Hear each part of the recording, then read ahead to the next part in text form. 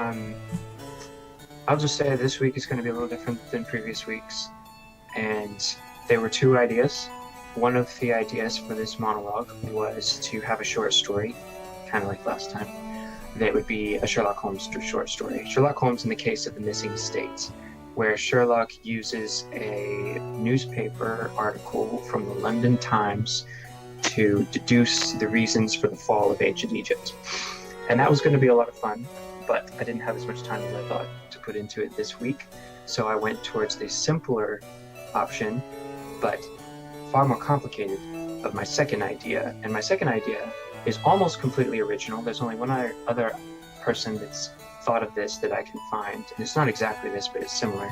And it was a Harvard student from about 10 years ago. He published a paper. So this is all my ideas. I didn't take any of his ideas, but he has some similar thoughts. Now I'm going to share my screen so that you can see a diagram that my lovely wife drew up for me according to my specifications. Okay, can you all see this? Yes. Excellent. I'm going to present to you what I call the unified line. This is based upon, in the middle of Plato's Republic, he presents the idea of the good, and then in order to explain the idea of the good, he describes the divided line. This was by far the most interesting thing that I read this week, and I think, not this week, this month, and I believe this is the most interesting concept I have come across so far in a book club. It really captured my enthusiasm and my imagination.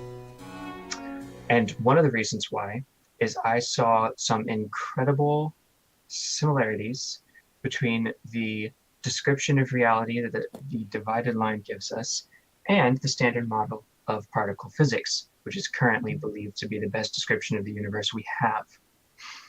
So I'm pretty much just going to break this down and show you all what I mean. So on our screen, we have this wonderful diagram, like I said, drawn by my wife.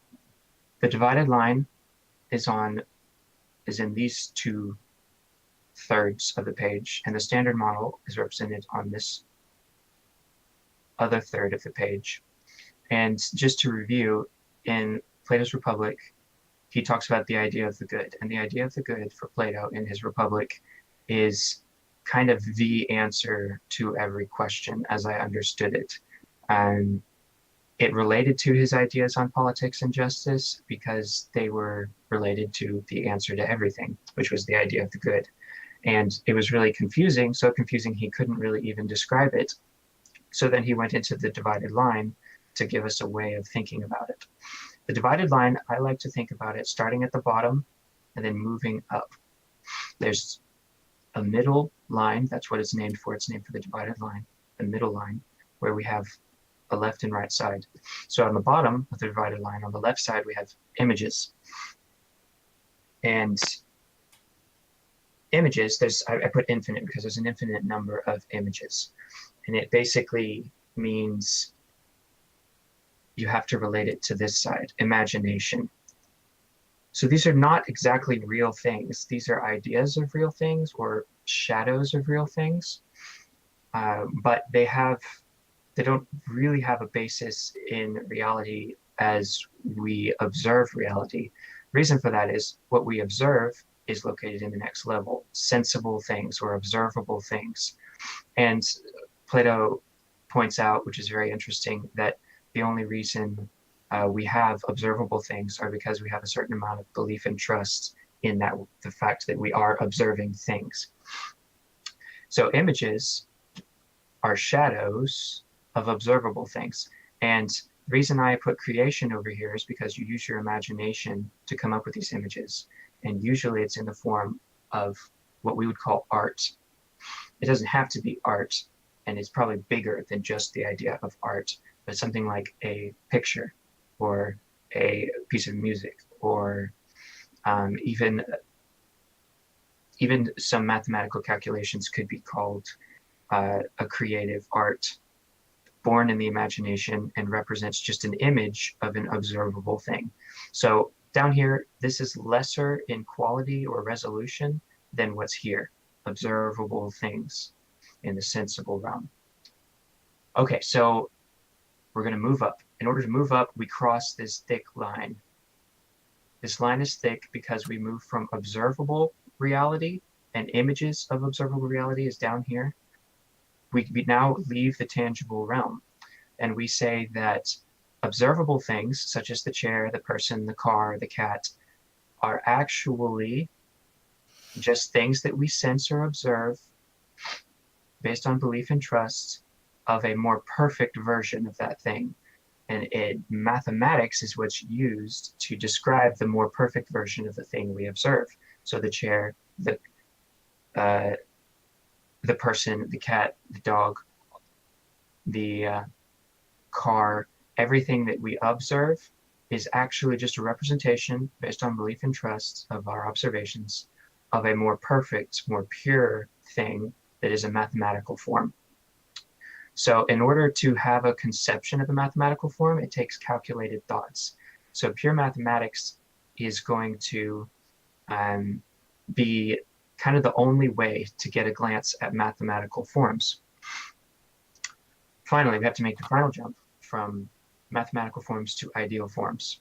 The idea is that once you have perfectly calculated or even imperfectly calculated the true value or the true representation of what you have observed, you are still not seeing the total version of that thing. So for instance, if we have a chair, down here in the bottom section with images, we might draw a picture of a chair. And that is just a less accurate version of an actual chair, which is a thing we sense. It's a sensible thing. And the actual chair is actually just an imitation, if you will, or a lesser version of the perfect chair. The perfect chair can be described with numbers. We can have a perfectly mathematical chair, but even after we've perfectly described the chair with numbers, that is still just a representation of what is the idea of the chair.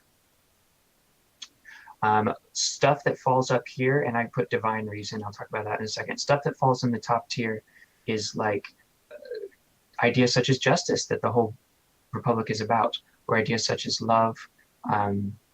These are all things that are ideal forms. They're not just mathematical forms, they're idealized forms. Mathematical forms are just shadows of what ultimately is an ideal form. Divine reason. I put divine reason because when you go from a mathematical form, which is calculable or somewhat calculable, and you can hold it in your mind, when you move up to the ideal forms, big ideas such as justice and love, it appears to be something that is not even really able to be held in your mind. And that's why I put the word divine, because there's some kind of inspiration that gives us just the notion of these things. We can't hold the fullness of the truth of these things in our minds, but in a kind of a divine way, we get a notion of it.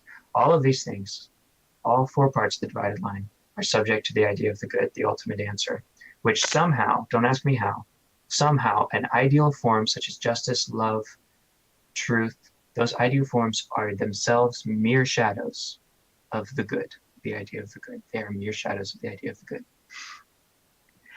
Now, is the divided line true? Does it mean anything? Does it have any actual value?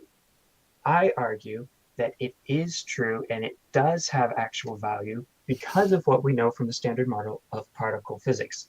Here we go. Starting at the bottom of the standard model of particle physics, we have quarks and electrons, which starting in the 1960s, it was agreed that everything in the universe was composed of quarks and electrons. That's everything.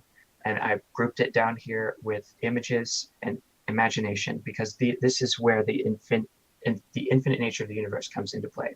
It's down here in the bottom layer of all three of these things. Now, if we go up one level, this is what happens when we started building particle accelerators. When we started building particle accelerators, we started slamming bits of reality together and taking measurements of what comes out of that collision or explosion. And what we got out of that, we didn't just get quarks and electrons, which is what we expected. We expected we'd get quarks and electrons when we slam stuff together. No, What we got was quarks and electrons, plus a whole nother generation of strange things we didn't understand. A whole nother generation. And they were similar to the quarks and electrons, but they were larger in mass and they were more unstable. And there was no reason for them to exist other than the fact that that's what came out of the quarks and electrons when we smashed them together. And then we built even more powerful we built even more powerful particle accelerators, and we started slamming things together at faster speeds and greater forces. And then the ridiculous happened. We went to a third generation of particles. These were even heavier, more massive, and more unstable than the second generation. In fact, these particles were so heavy, so massive, and so unstable that they were impossible. Everyone agreed these third generation of particles that we were getting were impossible. Notice we crossed the thick line between the observable things on this other side and the not observable things, the kind of the tangible reality versus the intangible reality. The same thing happened when we got from the second gen of particles to the third gen of particles. We moved from something that we could at least pretend we understood to something that we agreed was impossible in the third generation of particles. So in order to make all of this make sense, we had to come up with something I call here an interacting particle. This is impossible. The third gen was impossible. So in order to ease our minds about the third gen, we had to come up with interacting particles. And these are connected to the four fundamental forces in the universe: gravity, magnetism, or electromagnetism, the strong force, and the weak force. Those are the only four forces that anyone has ever observed in the reality. So they came up with four interacting particles. And they said, yeah, the third gen is impossible, and we blame the interacting particles. Basically, the interacting particles are the ideal form, or the thing that we only know because it's a shadow of the third gen of particles. It's a shadow of what the third gen must be a shadow of the interacting particles as we're moving up the divided line, which I'm calling the unified line because we have the standard model at it. Moving up the unified line, this is the only thing that makes sense. And then finally, some really brilliant scientists came up with the idea that, hey, what if there was one field? There was one field on top of which the interacting particles, the third gen, the second gen, and the quarks, they all sat on top of this field. They call it the Higgs boson. This is the ultimate ideal of the standard model. If there's no Higgs boson, there is no standard model. If there is a Higgs boson, then there is a standard model. And in 2012, scientists claim to have found the Higgs boson. It's one field that is everywhere in the universe, and that all the other particles sit on top of this field.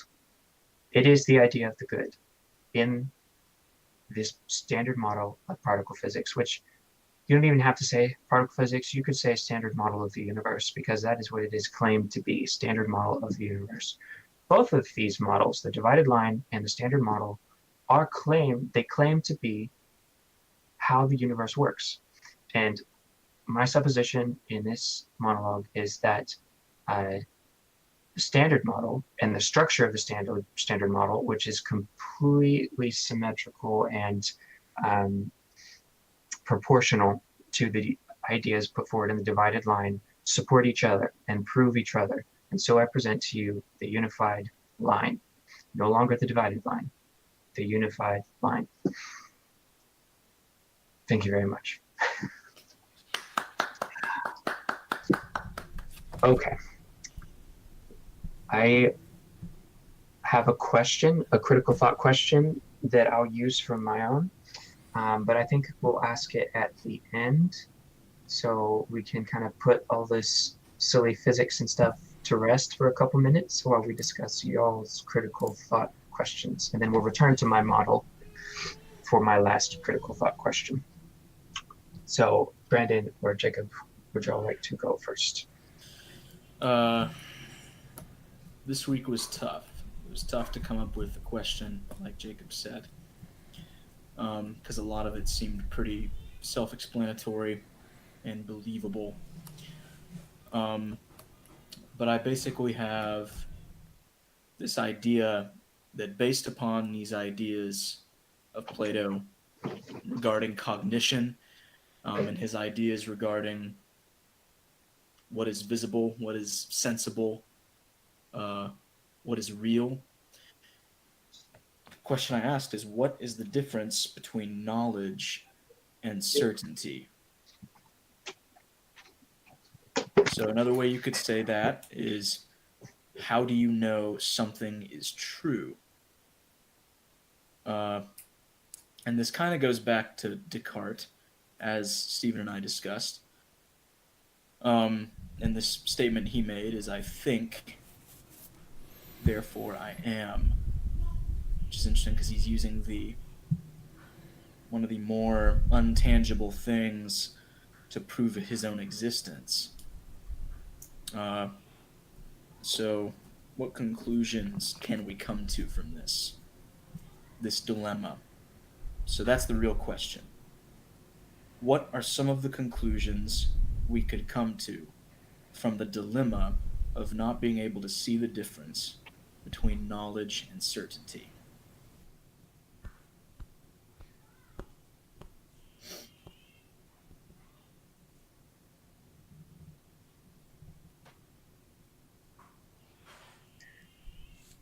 Well, I had two thoughts right off the bat that I could share.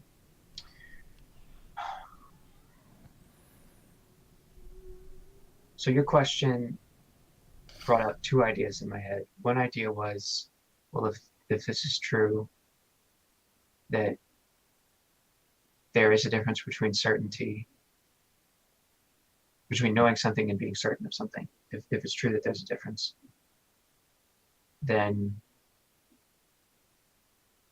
either you should not be certain of what you know, or you should spend as much time as necessary to gain the certainty of what you know.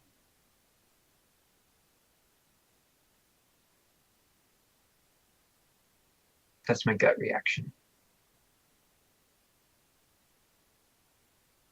If I may probe a little bit further, um, that's a very positive way of looking at it. A lot of people say, okay, I need to do everything I can to come to a place where I'm certain of what I know to be true. And there's a full convincing within me.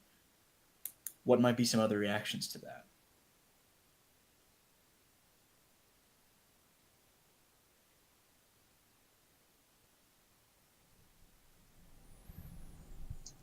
Despair. I think if I can give the answer, if I you, think Stephen is still answering. Uh, Not really. Despair. Not really. I was just saying that. Go ahead. Oh, really? Okay. if yeah, if you can't trust what you know, then what value is there in knowledge? Thus, despair. That's so. My answer was along the same lines as his, but it's a little more. I'll take it to the next level of if you can't be certain of things based off of your knowledge, then knowledge it's broken. Knowledge is of no use. Therefore, it's probably not. We're probably assuming some definition of knowledge that's not accurate or sound, just based off of your question itself. Or I guess I should say, if you interpret your question in the way that I just have, you break some definitions of things. Yeah, I think I was going with the commonly espoused definition of knowledge and the commonly espoused definition of certainty. Uh, Well, if that's which the means we case, probably have to I got to stop you backtrack. because if that's the case, then certainty is just a collection of knowledge that satisfies your little criteria as to what can be true or not. That's not any like then knowledge and certainty are just different forms of themselves of one concept. like the commonly defined things here aren't. I can't see your question being coherent in that light, but in another in the light of a more precise definition, then, or I guess in the light of definition that's more akin to the forms that we were just looking at. I have to stick with the answer that I gave, that it makes knowledge terribly not useful, and yeah, despair. Yeah.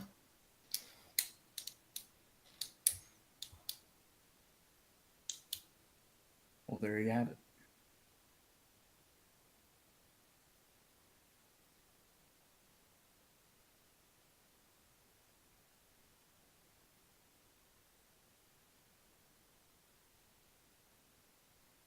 I was muted. Do you want to ask another question, Brandon? This is going to come across as not having to do with the book, but it very much does. So there you go.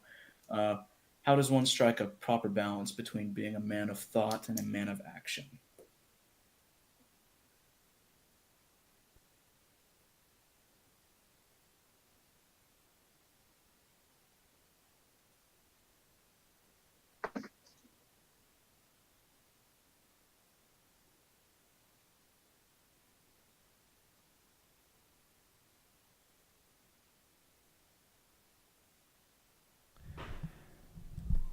I'll venture something maybe a bit more productive from my perspective. We'll just say thoughts are actions. You're spending time, effort.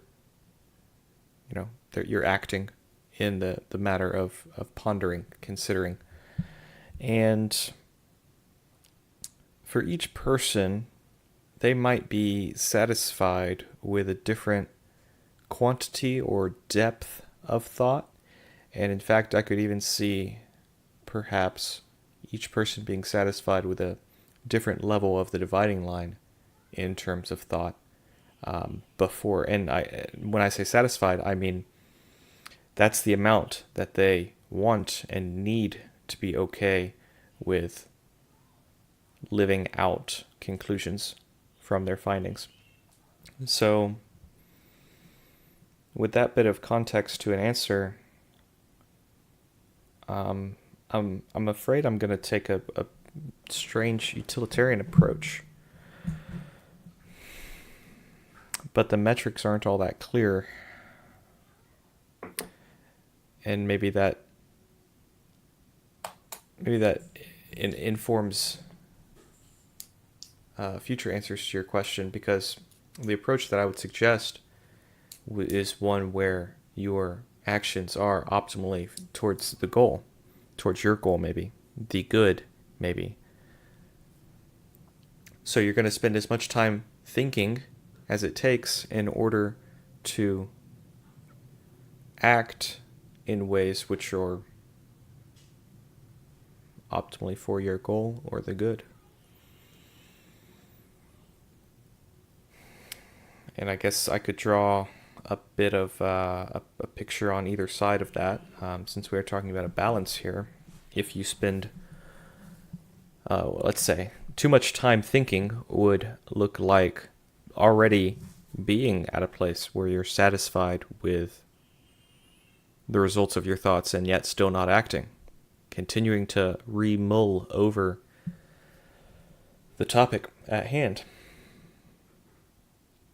Too little time thinking, of course, would just look like rushing in and doing stuff based on impulse, maybe primal nature.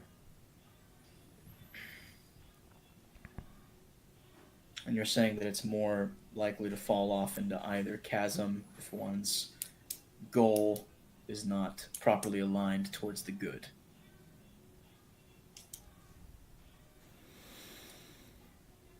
I wouldn't take it too far down that road. The point of me calling it utilitarian was just to say that you're going to spend, or you should spend, the amount of time which is necessary, the amount of time which least detracts from the time spent acting and yet still informs the actions appropriately. I guess my whole answer though is a bit strange because it's almost just re-asking your own question. How do you do that? It's not a very deep answer. It's more of a framework for an answer. And I'm also a bit, in the way I answered it, you can also see that I'm a bit confused about how to even how to even describe the goal of your actions. So I kind of filled in the blank there. It's like, well, is it the good? Is it your goals? What exactly are we acting for? Yeah. I mean, that requires, these are very open-ended questions that I've asked, and that requires some presentation of multiple viewpoints. So you could present it from your own point of view as what your goals might be, and what in your own life might be the optimal middle road between thought and action. Or you could present it from the point of view of a theologian's optimal road between thought and action. Or you could explain it as the optimal road of Jesus Christ between thought and action. Which that's kind of an interesting, strange thought, but it just occurred to me just now.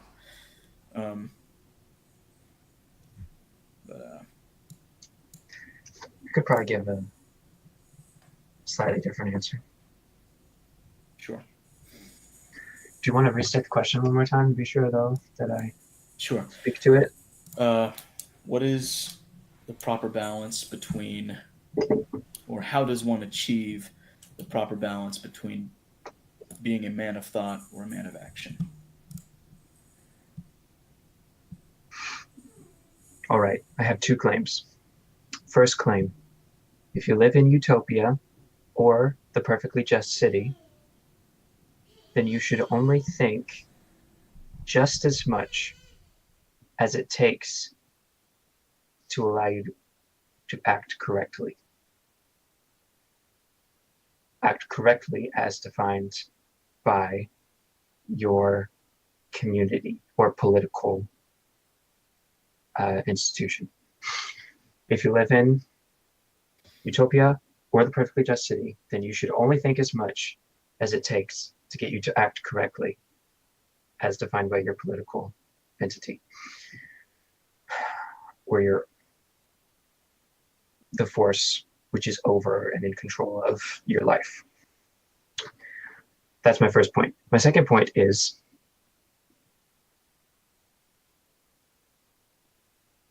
regardless of where you live, you should only think as much as it takes to bring you to the point of acting correctly as regards to the power, the political, the whatever, the community that is over your life, that is in control of your life.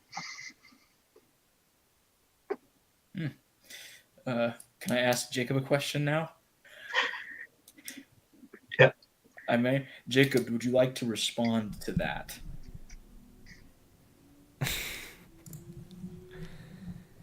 Again, let me restate what he said. Yes, please.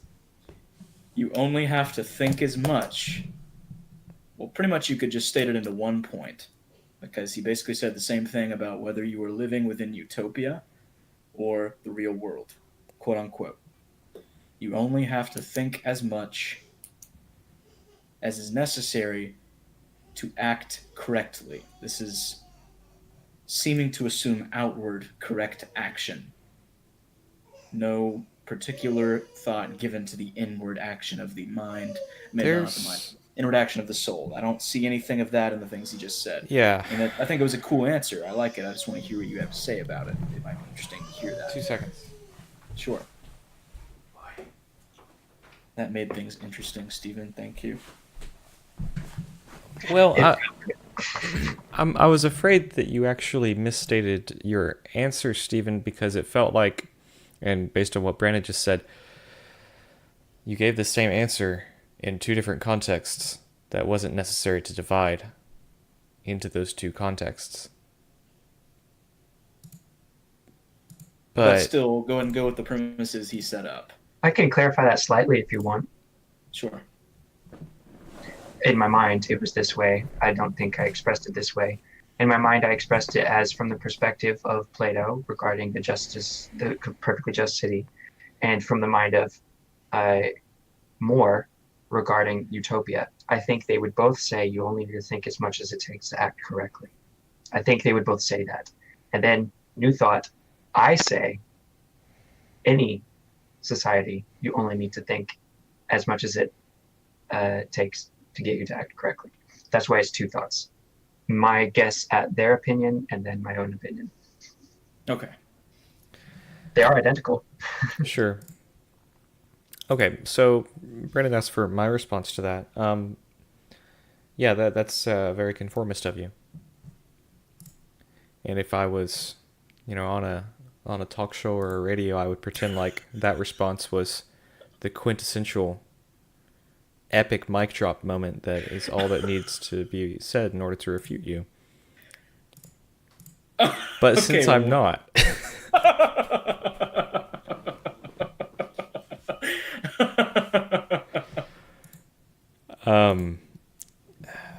yeah, since I'm not, I'll give a bit more analysis towards that counter, because there are a lot of assumptions underlying, and for whatever reason today I'm thinking on a very low, like, fundamental level, and I'm seeing so many assumptions in every statement made that's a little disconcerting. And this one in particular is that there's no higher moral standard than that which the society has called you to, or that the governing forces have set forth. And, that's true if you're considering, back to your dividing line, on a certain level of perfectness that is akin to, let's say, a citizen. If we're, up here, the form of a perfect citizen, then maybe this is a matching moral, a matching moral standard would indeed be perhaps your answer. But I don't really see, from an analytical standpoint, a practical standpoint, or a lawmaking standpoint, really any standpoint that I can think of quickly, I don't see a point in analyzing things or people as citizens and then basing some sort of moral reasoning based on that. People are almost like they're just going to have different moral standards. So,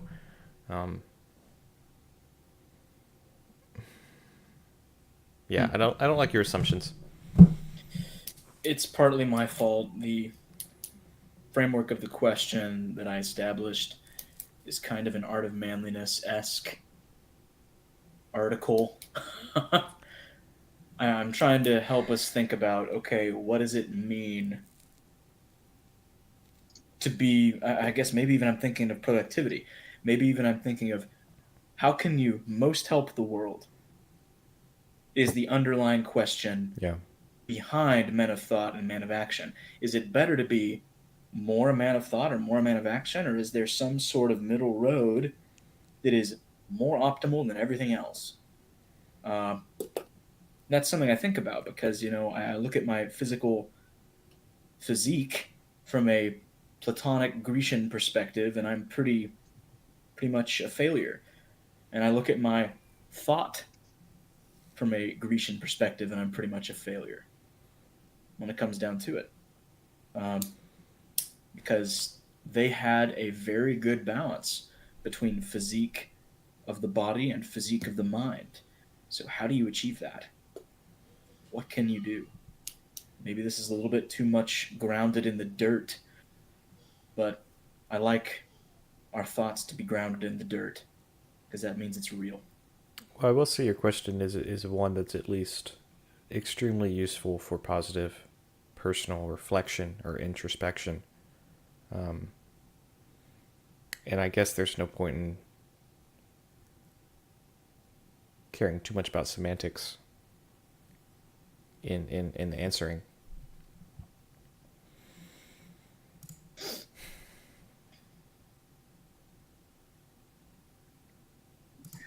All right. Do you want to continue discussing that, or do you want me to say something else about it? If you have anything else to say about that, Stephen, then please feel free to say something. I guess the only thing I might add is that in my mind, what I said is quite flexible. As you said, there were tons of underlying assumptions.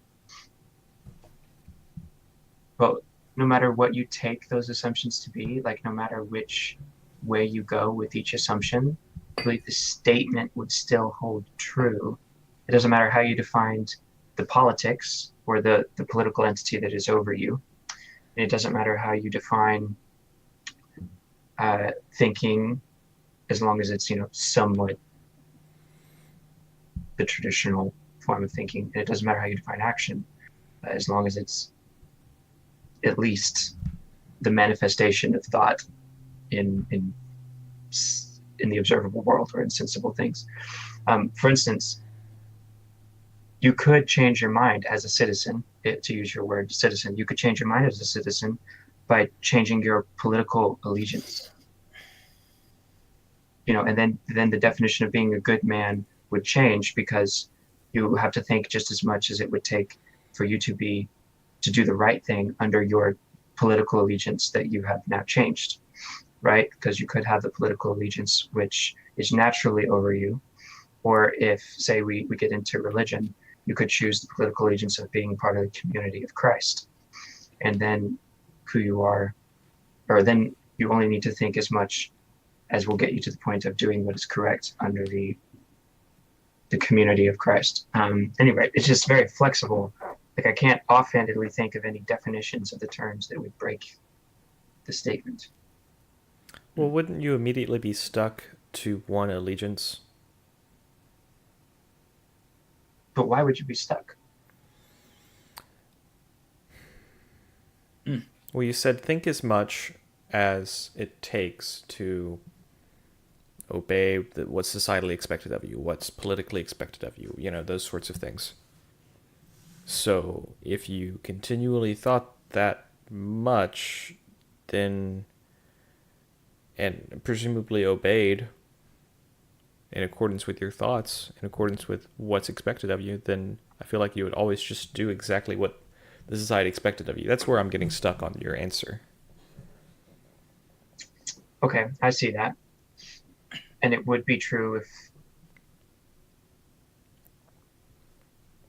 if we only had reason. I suppose that would be true. If we didn't have a spiritual aspect to us. And I haven't mentioned a spiritual aspect to us. So it's fine for you to assume that there's no spiritual aspect of us in this circumstance. But if there is any spiritual aspect of us, then I believe that would be the what's a good word? New dividing line.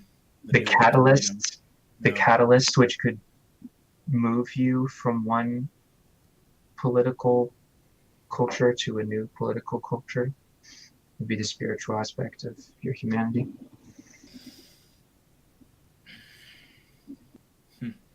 Which was not in my original statement, so it's not.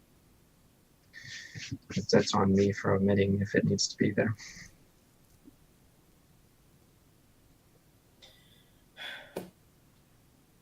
Well, what I will say is that I wish I had had more time to think about your framework.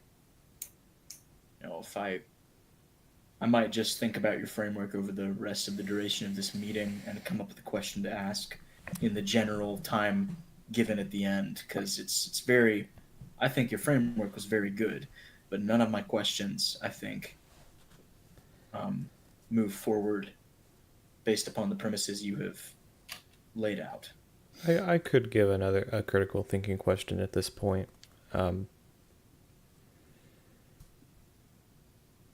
If that's what we want to do.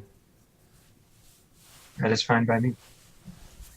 So, in your framework, you've drawn a moral, we'll call it scale, divided line, and a physics or fundamentals of the universe dividing line. Curious if there are more of these in parallel things with your divided line. Specifically, I'll kind of point towards philosophers having many different topics in which they study. There's the ethics and the physics and the metaphysics, and I think, maybe these are a couple of those. But perhaps each grand topic you could draw out into its own, basically a new column on your chart there. I'm so glad you said that. I can try to answer this if you want, Stephen. Yeah. I can only answer this question based upon what I know, and the only thing I know besides what we've already studied is some of the works of Nietzsche. Nietzsche spends a lot of his time talking about the ideal individual. So if we talk about the framework, maybe, and please tell me if this is wrong at the end of it, otherwise I won't learn. At the bottom of the framework would be what would be considered the member of the herd, the person who just lives for pleasure, follows the orders of whoever's giving the orders, doesn't think for themselves, is specifically very religious, according to Nietzsche. He considers that to be the lowest rung of the ladder. Middle of the road would be the priest. He considers the priest to be above the herd, the shepherd of the herd. The priest is a problem from his perspective, namely because the priest wants power, but the priest also denies that they want power. So it's a very strange dichotomy in the person of the priest. When you get into your third generation and your interactive particles, I don't know how to build that for you, but I mean, maybe there's a transitional form there, but I can say that parallel with the Higgs boson and the good would be Nietzsche's idea of the Ubermensch, which is the English word Superman. This person who is perfectly powerful would be the best way I could describe them. What's so funny is you will notice that in between all of these philosophies, there are varying degrees of good, or not necessarily good, but perfection and needfulness. And from Nietzsche's perspective, the species must go towards the Ubermensch or not be able to survive. So that would be one person who, whether they like it or not, fits into this Platonic diagram. That's highly interesting. I'm glad you said that. I don't know enough about Nietzsche to participate in forming that, but I will say that crossing the bold line, crossing the line from the first two to the next two of the divided line, in the divided line and in the standard model of particle physics, it's crossing over that which is real, basically. You've gone beyond what's real, what's observable, what's imageable.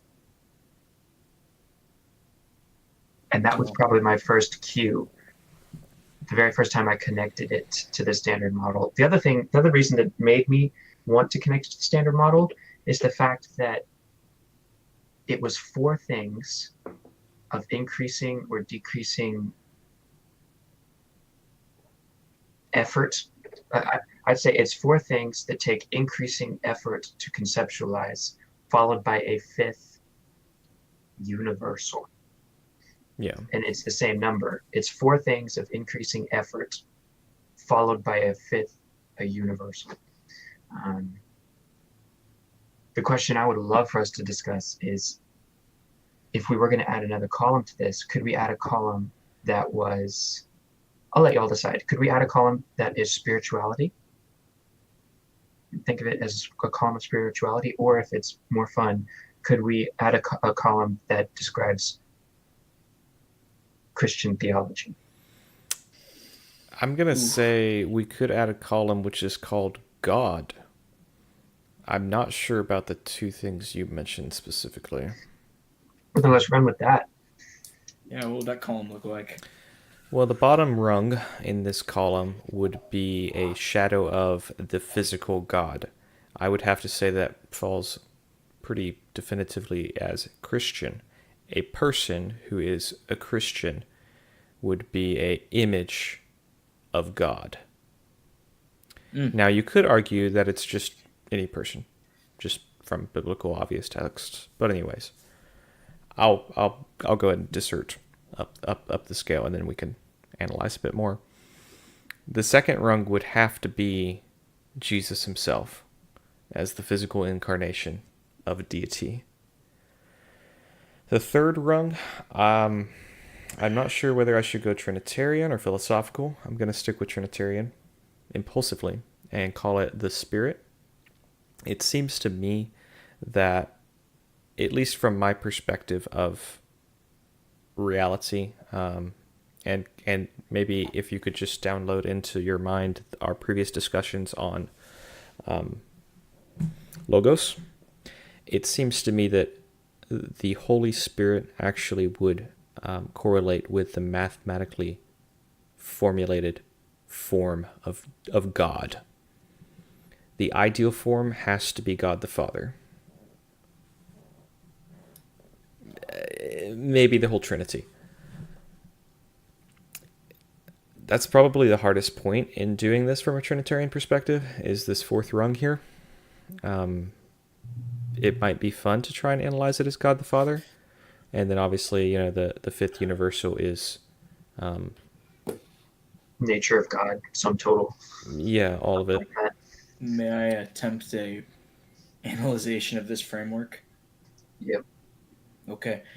Maybe, since this is obviously a framework that we have created from a human perspective, we can never really comprehend more than one member of the Trinity at once. So Jesus at once, the Spirit at once. We only experience the effects of one member at once. But then, at the end of days, when we are glorified, we experience the full force of the Trinity all at once. And that puts the Trinity parallel with the good, the Higgs boson, the Ubermensch, which is a pathetic attempt of Nietzsche to make the individual human parallel with such things. But that would be my assertion.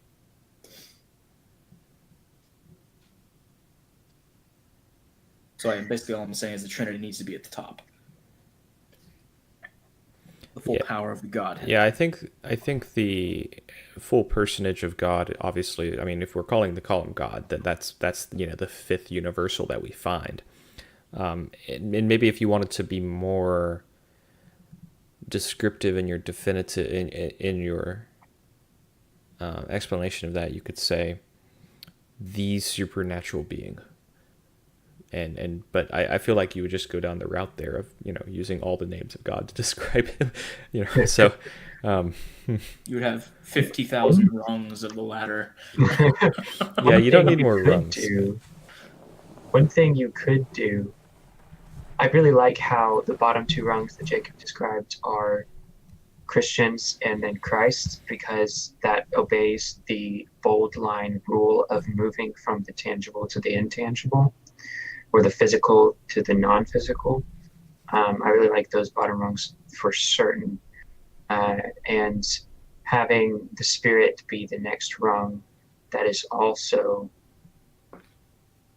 logical, which makes the Father logical. Like, I wouldn't want to put the Father at the fourth rung, except for the fact that we've put the other two persons in the rungs beneath, which makes the Father need to be there.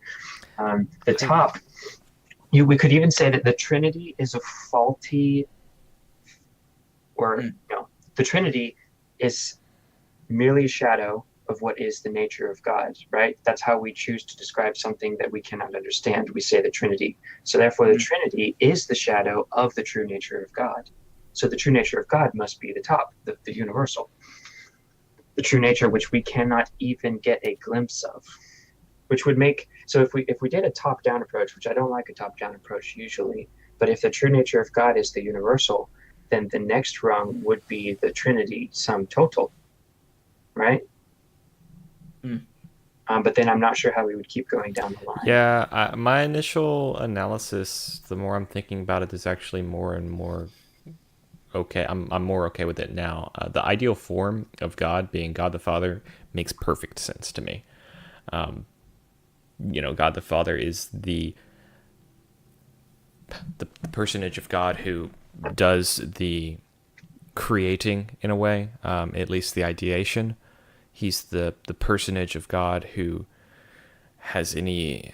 Yeah, he has the Son. He has his Spirit. It's like I think it really does line up with an ideal form being God the Father. Although my initial reaction was the same as yours, that we did the Spirit, we did. I don't know. Son. I'm more in keeping with the idea, and not to insult Jacob's framework, because I think it is a very beautiful framework. But I'm more in keeping with the idea that when we are right about to get up to the good, or the Higgs boson, or the Ubermensch, we are in this area that humans can somehow think about or perceive somehow. And then when you get up to that one part where you say, this is God, we can't in any sense comprehend that, and that's the mystery, and that's the beauty, that's the glory. So I guess I would be more in keeping with what Stephen said, is that Christian, Jesus, Spirit, Father, we can comprehend them separately. We can't quite comprehend them all together and understand the gloriousness of them as one, although we believe that they are one, that God is one. I don't know. That's just my opinion on that. I felt led to say that. So I actually don't see where you disagree with Jacob. Yeah, we agree as far as I can tell. The strange thing is that I interpreted parts of Stephen's monologue as effectively saying the same thing you said, Brandon, about God, that the Higgs boson and the good are so inconceivable as a whole that indeed we must break it down into divine means before we can really even begin to with great effort, conceptualize it. Oh, I see. I love this conversation, by the way. I could talk about this all day because this has just enthralled me since I thought of it, it's been enthralling. But something that's super interesting to me, people used to say that the Higgs boson, the idea of the Higgs boson was heretical, and that they called it the God particle, and they thought that just searching for it was hubris. And like there were all these critical things that people used to say about the Higgs boson. And to be quite honest, I never paid them any mind. I thought they were being silly spiritualists, silly religious people. But how well the idea of God fits into this Platonic framework, which also fits into the Standard Model and describes the Higgs boson, it makes me see why people are intimidated by the idea of the Higgs boson, because it does take the same class of idea as God. And I see why that disturbed people. I didn't used to see why it disturbed people, but now I see why it disturbed people. That's really good, man. I hope this is being recorded. I think it is. The other thing is, if the fact that Plato and the Standard Model agree kind of makes me feel like we could be brushing up on the way that the universe was divinely designed. And that makes me even more interested in trying to put something like Christianity or spirituality or especially God into the divided line to see if it works. Because if the divided line can in some way describe God himself and it describes uh, the Platonic ideal and it describes the standard model of particle physics, then that's a lot of evidence to my heart that this is one of the fundamental ways that God designed the fabric of everything. So you're saying we should be able to apply this model to human spirituality, maybe even human religion, or something like that. Um, if I Is that can, what you're saying? I'll let Jacob say something. it seems Okay. like it should work. Okay, so it's an if it's true thing. We're testing it. We're testing the model with examples. And the trouble is selecting which examples are appropriate, I think. Um, it's something along the lines of anything which is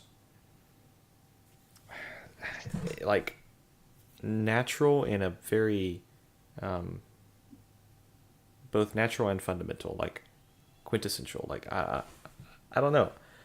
My descriptor would be universal. Yeah, Whatever we're talking there's about the word. has to be a universal thing. Otherwise, it can't even hope to be put on the divided line. Yeah. Hmm. So the varying levels of human spirituality, would that be something that would be worth considering for this? Or maybe the varying levels of human knowledge of God.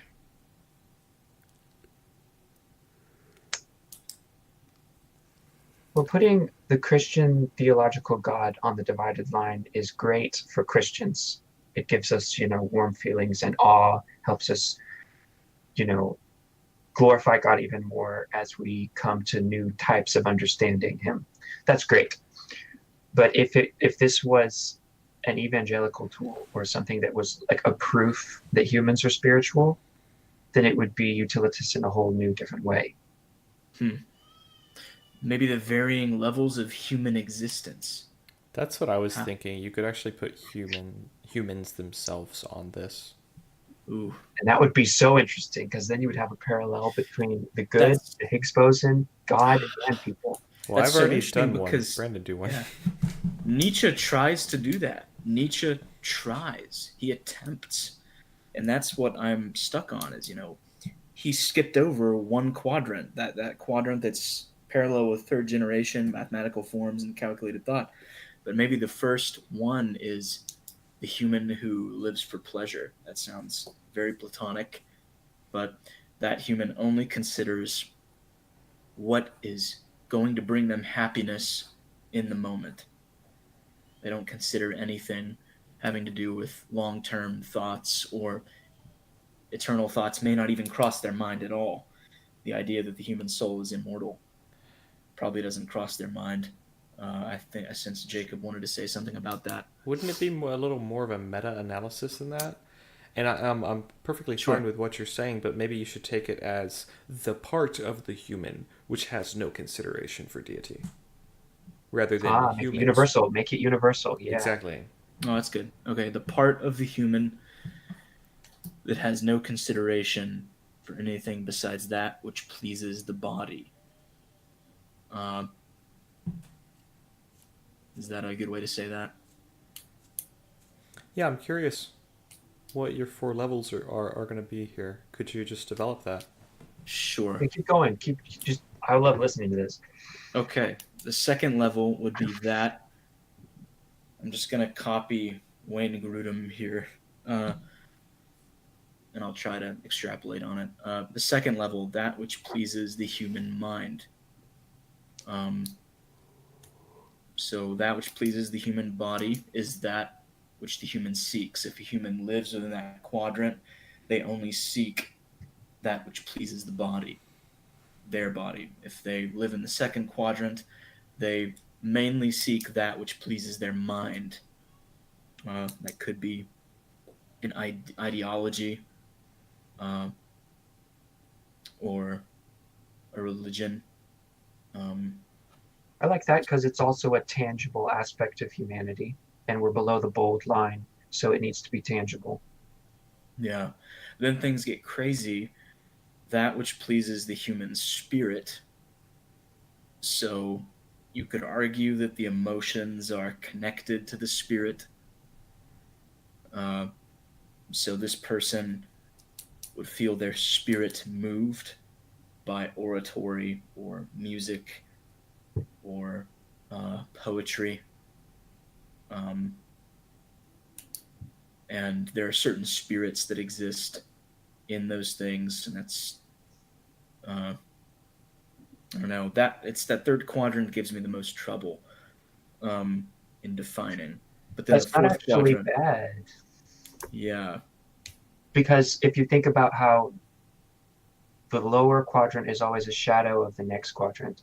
So if it's people who live for pleasure, then that means pleasure is a shadow of cognition or cognitive grasp of reality. Um, and that means that cognition would be a shadow of the spiritual aspect of yourself.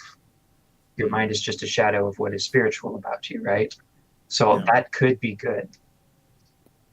And then if you're gonna not be a if you're not gonna divide the human spirit, the human into three parts, which most people divide the human into body, mind, and soul, then your fourth part would be the soul, that which pleases the human soul the most. So, uh, that which pleases the human as they really exist. And a lot of people never get to that point. A lot of people never experience anything that really pleases the soul, would be my assertion.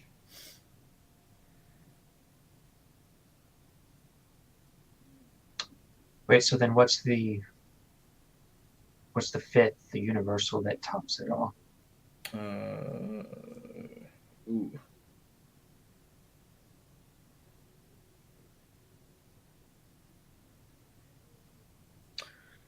Oneness with something. Uh, a lot of people, I think, see that as oneness with another human. Um,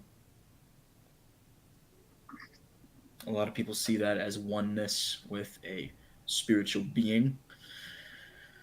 Because then it's no longer just your soul. That's, I don't know. Um, that's tough to describe. Yeah, none of that's easy right there.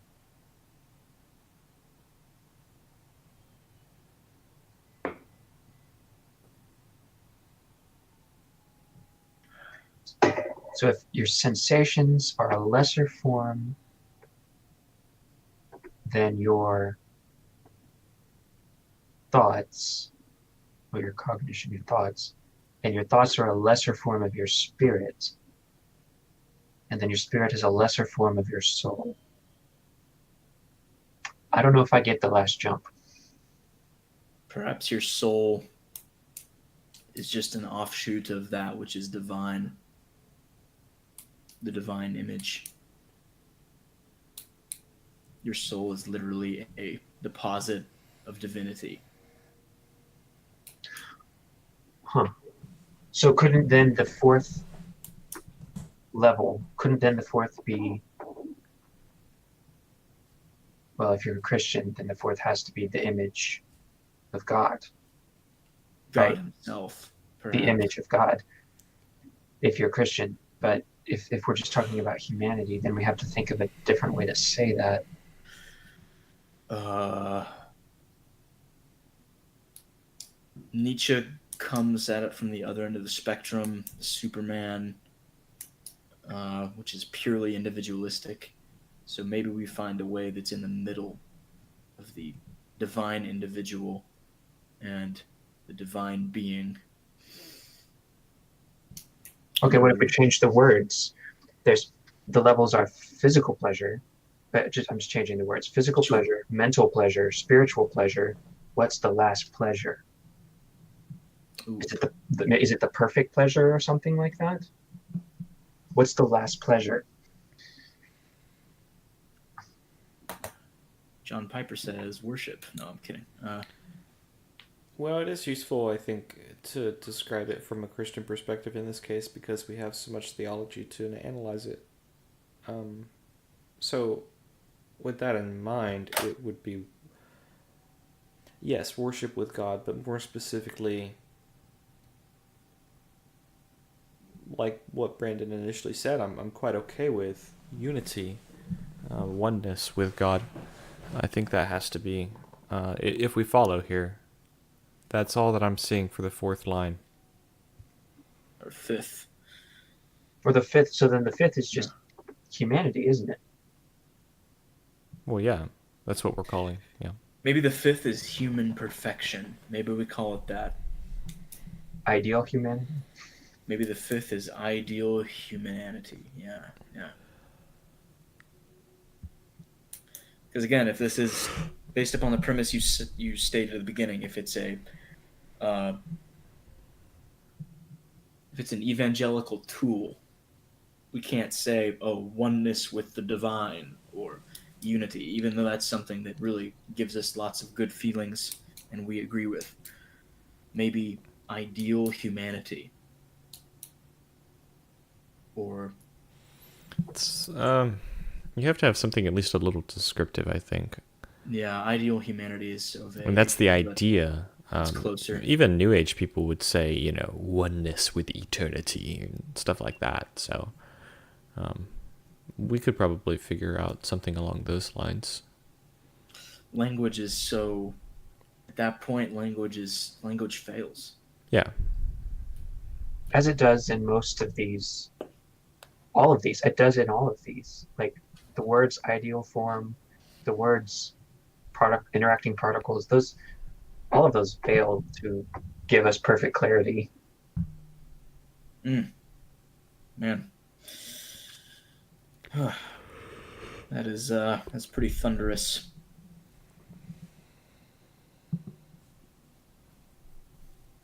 That's shaking my soul. So perfect humanity, ideal humanity.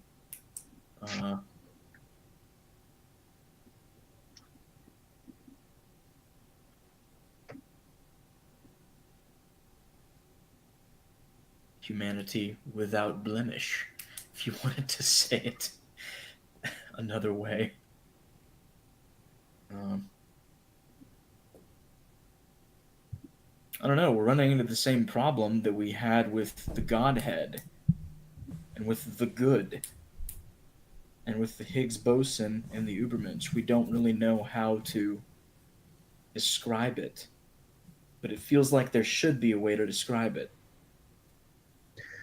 If it is the same problem, then that is good enough. If we have simply run into the same problem, then that's good enough, I'd say. What other problems might we have run into?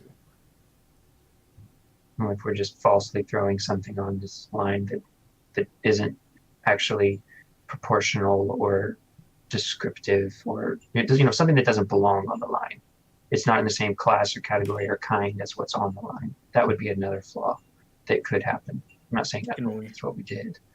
Can we analyze it for that and see if there's an issue?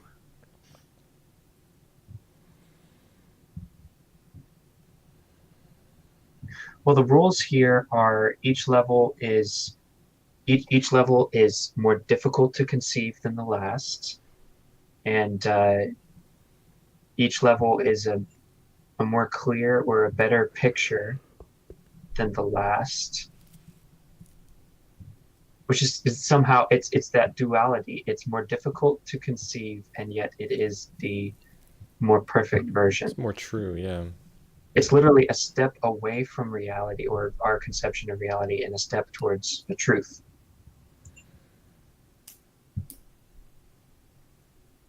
And the bold line is important because you have to go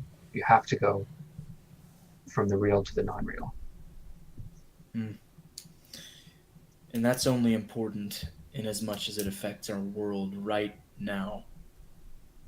Because one day, the human that we've described at the fifth level will be on the first rung, perfectly observable, perfectly real. That's a beautiful It's thing. true. Uh, so I'd like to draw our minds back maybe to something that we discussed back in my last presentation, this idea of the lost Eden. Maybe we is there some way we can draw human thinking to the Eden that we lost? This perfect sanctuary of oneness with God and with other humans without saying it in religious terms. Uh, that's another side of the framework that we haven't considered. We've tried to say perfection, we've tried to say oneness and unity with the divine, but I don't think we've said anything else besides that. Maybe there's something else we could say. Actually, Brandon, I love that. I love that. What if we consider Eden and the first man and woman before the fall, and then we compare that with what we're talking about here? No. They would have, as we walk up the level, they would have physical pleasures. Yeah. They would have physical pleasures. They would, and then we would go up. They would have mental pleasures. And we go up. They would have spiritual pleasures. When we go up, they would have the pleasure of unity. And then if we go ahead and just say it, they had humanity. They had humanity in the way that no one since them has had. Like we lost our humanity. So you're saying the fifth level should be simply and poetically put humanity. Well, yeah, it fits. If language fails in the same way that it does with the others, then why not stick with the simple? Humanity. Yeah, I think that could work.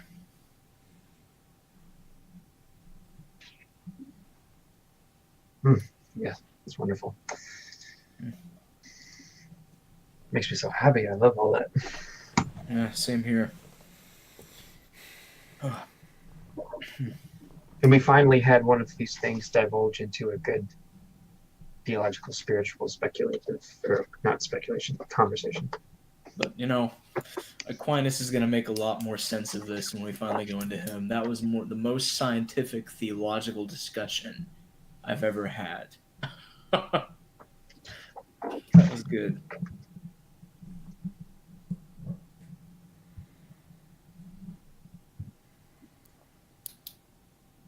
And all of this has made me feel a whole lot better about the standard model of particle physics. Because I really hated it, actually. I've studied it a couple times and I straight hated it.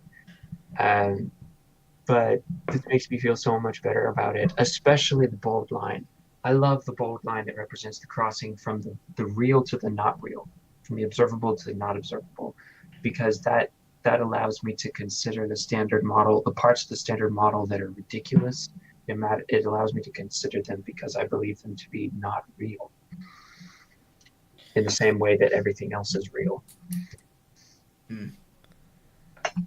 Yeah, Could you consider... Go on, Jacob, sorry. there for the standard model, there might need to be some amount of restructuring of the categories that you put forth. I could understand that there would be a standard model that fit appropriately, but I'm really not sure how you jump from second generation physical to third generation non-physical. Yeah, who explains that? Is there any writer in the world that explains that? The only reason I say non-physical at third generation particles is because based on everyone's understanding of everything, the third gen is impossible, which is why people even started to consider there might be a Higgs boson, something Right. that makes it impossible. So basically the third gen is impossible, and that's why I say it's the jump from the real to the non-real. Oh, I think I know what you're talking about now.